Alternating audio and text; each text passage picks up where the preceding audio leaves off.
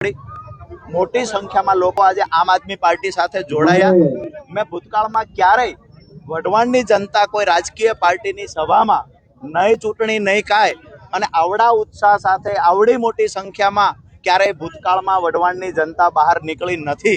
આજે આમ આદમી પાર્ટીને પ્રેમ આપવા માટે, આમ આદમી પાર્ટીની વિચારધારા સાથે જોડાવા માટે ખૂબ જ મોટી સંખ્યામાં વઢવાણવાસીઓ આજે બહાર નીકળ્યા। આજુબાજુના ગામડામાંથી પણ ખેડૂતો ઉપસ્થિત રહ્યા છે અને ભાજપના પૂર્વ સભ્યો, નગરપાલિકાના સભ્યો, ગ્રામ પંચાયતના, તાલુકા પંચાયતના સભ્યો, સરપંચો, આ તમામ લોકો આજે આમ આદમી પાર્ટીમાં વિધિવત રીતે જોડાયા છે। ખાસ કરીને વઢવાણના કેવા મુદ્દા લઈને આપ ચૂંટણી જીતતા?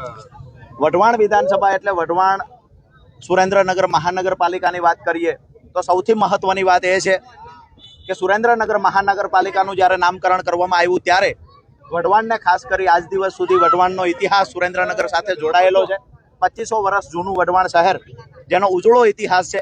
મહાવીર સ્વામીથી લઈને આજ દિવસ સુધીની વઢવાણની જે ધરોહર છે એ ધરોહરને ક્યાંક ને ક્યાંક ખતમ કરવાના પ્રયત્ન થયા છે। વઢવાણના નામને ખરેખર પેપર પરથી હટાવવાનું કામ થયું છે ત્યારે વઢવાણની જનતાનો એક જ આગ્રહ છે કે ખરેખર સુરેન્દ્રનગર વઢવાણ મહાનગરપાલિકા નામ હોવું જોઈએ। નંબર 2 કે સુરેન્દ્રનગરના તમામ રસ્તાઓમાં ખાડા છે।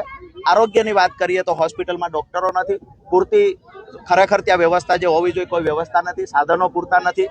અને શાળાઓની વાત કરીએ તો શાળાઓમાં આખા જિલ્લામાં, શહેરની શાળાઓમાં તો ક્યાંય શિક્ષક નથી, પણ સુરેન્દ્રનગર એક એવું શહેર છે, વઢવાણ એક એવું શહેર છે કે આજુબાજુના ગામડાઓમાંથી ખૂબ મોટી સંખ્યામાં લોકો અહીંયા સ્થાયી થયા છે। ત્યારે આજુબાજુના ગામડાઓમાં જ્યાં શિક્ષકો નથી, પૂરતા ઓરડા નથી, ત્યારે લોકો સુરેન્દ્રનગરમાં અને વઢવાણમાં રહેવા માટે આવે છે, પોતાના બાળકોને ભણાવવા માટે આવ્યા છે। ત્યારે અહીંયા પણ શિક્ષણની વ્યવસ્થા એકદમ કથળી ગઈ છે, એટલે કે પ્રાથમિક સુવિધાનો અભાવ છે। ગટરોના પાણી ઉભરાય છે, ચોમાસાના પાણીનો ક્યાંય નિકાલ નથી, ક્યાંક ને ક્યાંક ટાઈમ પર પાણી આવતું નથી અને ખરેખર પાણી આવે છે તો ગટરના પાણી સાથે જોડાઈને ગંદુ પાણી આવે છે। એટલે પ્રાથમિક સુવિધાઓના નામે મીંડું છે। આ તમામ મુદ્દાઓને લઈ આવનાર સમયમાં આમ આદમી પાર્ટી લડશે।